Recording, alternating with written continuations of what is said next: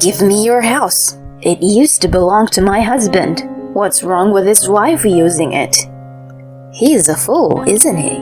Why did he entrust the house to his failed firstborn son instead of his lovely second son? And you, the pathetic wife who married that failure, are leading such a good life.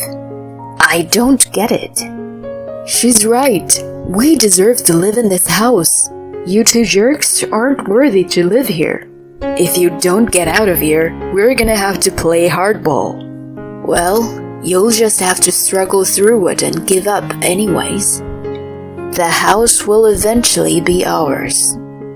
From that day on, my mother-in-law and brother-in-law started harassing me. They were not afraid to use any means necessary, and I finally couldn't take it anymore. Okay, I'll give up the house. They despised and talked bad about my husband, but I couldn't fight back anymore. I couldn't even protect my father-in-law's house. I was so disappointed at myself for not being able to do anything about it. My name is Nadia, and my husband is Derek.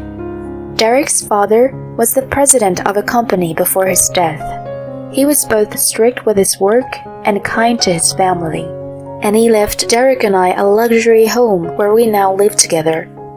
Derek has taken over the company and became the president, and has recently started working abroad on his own for business reasons.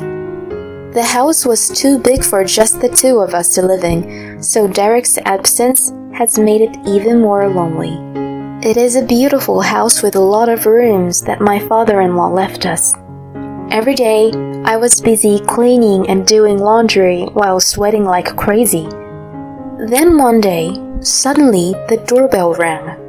I went to the front door to see who it was, and there was Jessica, my mother-in-law, and Kevin, my brother-in-law.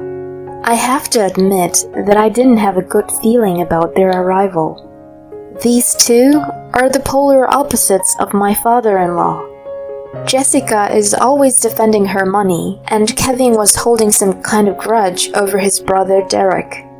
I was hoping nothing would happen, as Jessica and Kevin made their way into the house without responding to my greetings. Jessica, stop! What's the problem? It's my husband's house to begin with. I don't like it when you act as if it's yours. Snickering and without any hesitation, Jessica began to explore all the rooms without asking, as if she had come to a viewing. There was no point in warning Jessica. She would never listen to me. I decided to speak to Kevin, who was with her. Kevin, would you please say something to your mother? No way. Kids have to listen to their parents, so I'm not going to do it. Kevin was just like Jessica, and he was amused at my annoyance. Okay, I've decided now. We're moving here. My mother-in-law said to me with a satisfied look on her face as she finished looking around the house. You've got to be kidding me. There was no way she could just show up out of the blue and move in here.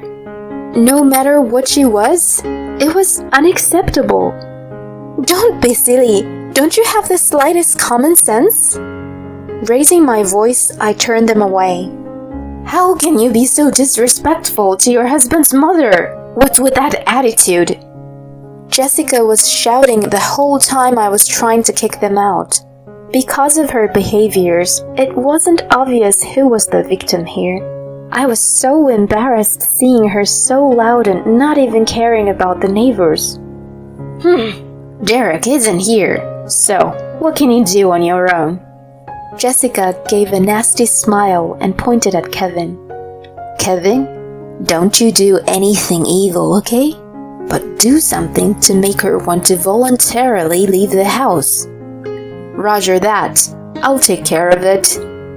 Kevin nodded as if it were a matter of course, with a creepy smirk on his face. The two left that day, but there was no way they would stop with just that. I was anxious to see what they would do next, and as expected, the next morning they started to make their move. There was food waste spread in front of our front door. When I saw that they had also mercilessly dumped the waste on the flower bed that my father-in-law had cherished before his death, I was speechless. I managed to clean up the mess and repair the flower bed, but the harassment was just the beginning. I started getting silent phone calls in the middle of the night, and often all the contents of my mailbox were opened up. And to top it all off, there was a paper in my neighbor's mailbox stating that I was having an affair while Derek was away. The neighbor's wife told me that she had received several of these in her mailbox. She suspected the contents and reported it to me, which means there are many people who actually believe this and still keep quiet to me. Little by little, I was getting mentally trapped, and I was close to my limit.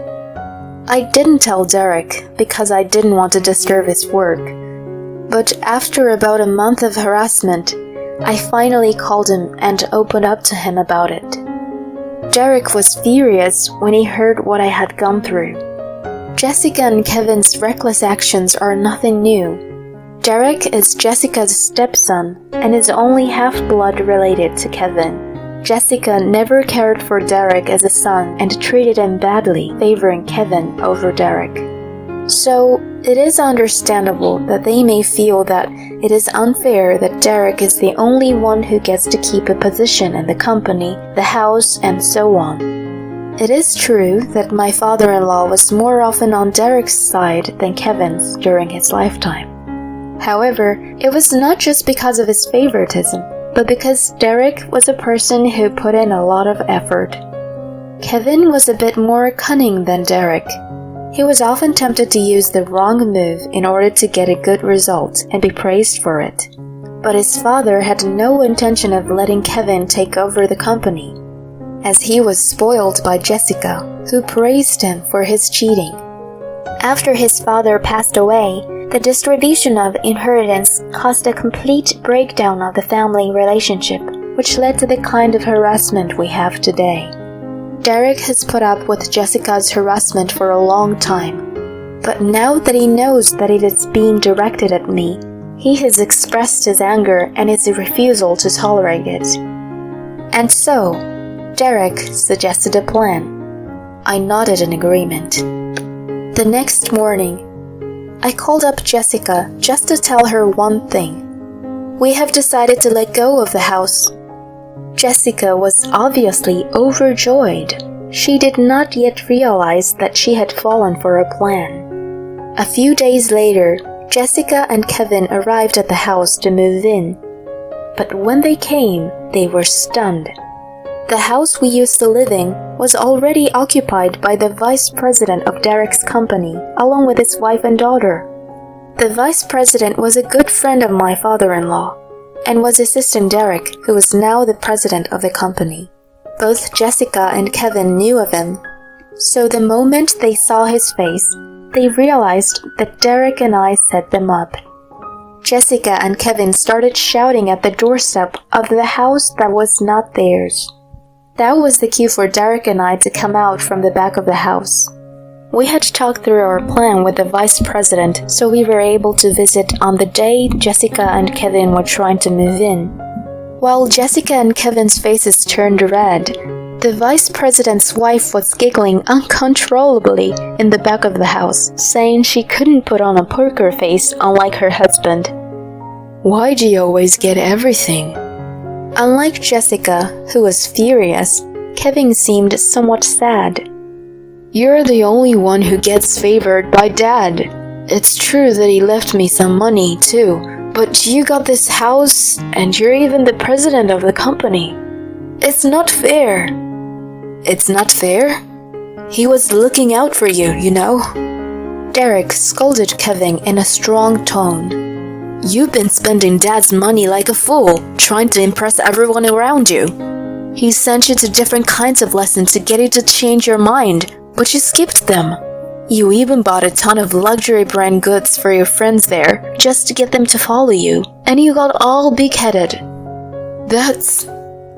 And yet, he still shared some of his inheritance with you, because he still believes in you. Don't you think you're going to betray him again?" After that, the vice president placed his hands on Derek's shoulder. Then he stood in front of Kevin and started speaking gently. The former president talked about you all the time, that you're his lovely son, but someone had to be tough on you. He said that even if he doesn't like me in the end, I'll have to do it for my son's sake. Isn't he a wonderful father? When Kevin heard that, he fell silent. His mother was still ranting on about how much he didn't understand the situation, but it was Kevin who stopped her. Kevin led her home. I'm sorry, Derek. Kevin's voice sounded soft and gentle as he left with Jessica.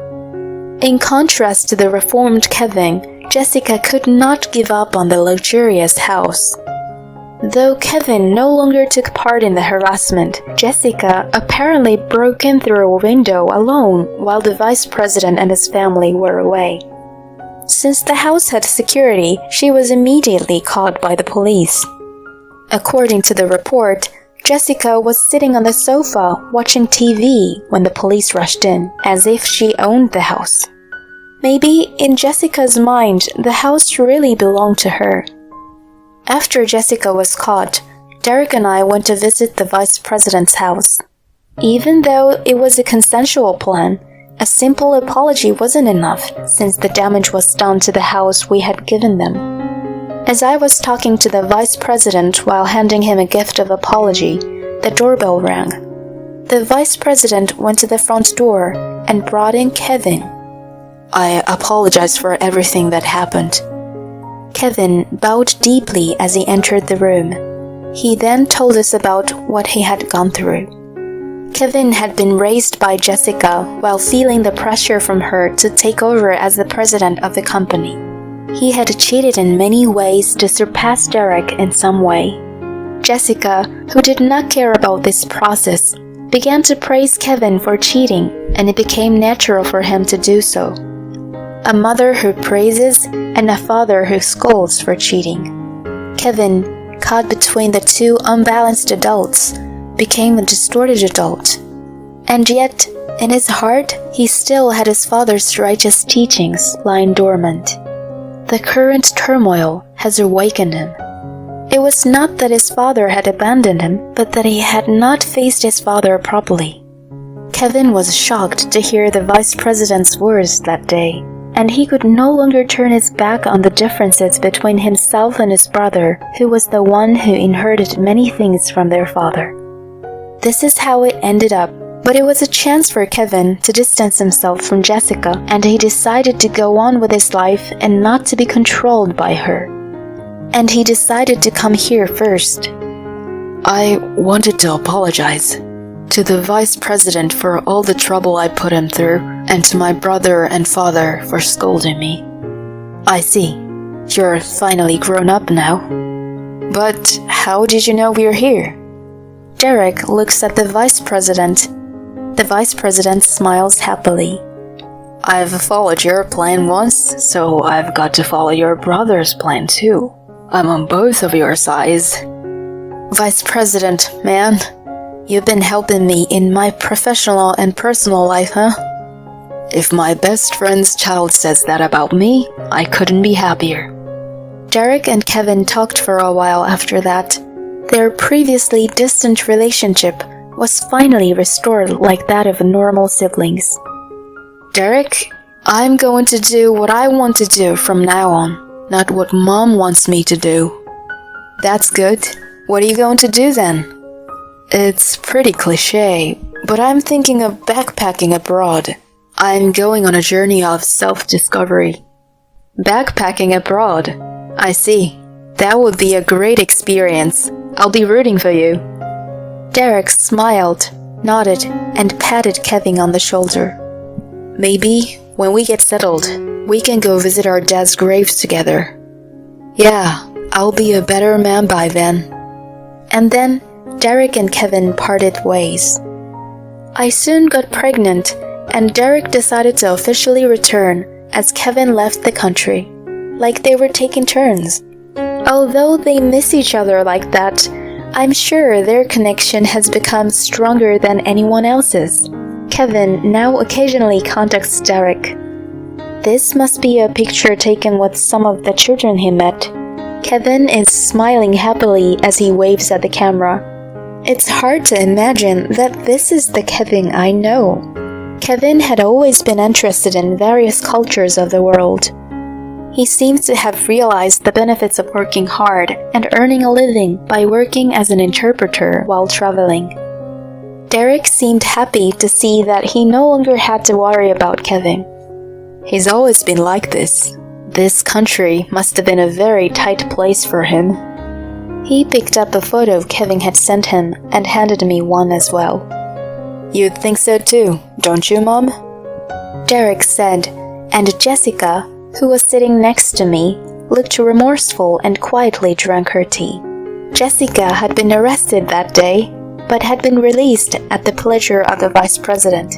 In exchange, he had made one condition, that was to give Kevin his freedom. Jessica accepted the condition, but when she saw Kevin looking so happy and free, she must have felt deep regret in her actions. The unruly Jessica was nowhere to be found. Did Kevin not need me? No, he needed you. You just did it the wrong way. She looked at Kevin's picture and sighed. Jessica, I'll go get you another cup of tea. I got off from my seat, and Jessica followed me into the kitchen. I am sorry to ask this now, but I was wondering if you could teach me how to make your tea. I feel like it tastes better than the tea I make. I don't think there's such a difference. I don't do anything unusual. It's just a little trick. Now that Kevin is gone, Jessica has become a sweet woman. She has more time to herself, and I guess she's had some time to think things through. I felt like I could get along with Jessica now. Now that I am about to give birth, the three of us, including Jessica, are living together. As my bump gradually gets bigger and I have difficulty moving around, Jessica helps me with housework and takes care of me. I wonder if this awkwardness between us will disappear by the time my child is born. I sipped the tea that Jessica had made for me and wondering things like that. It was a delicious tea, just the way I like it.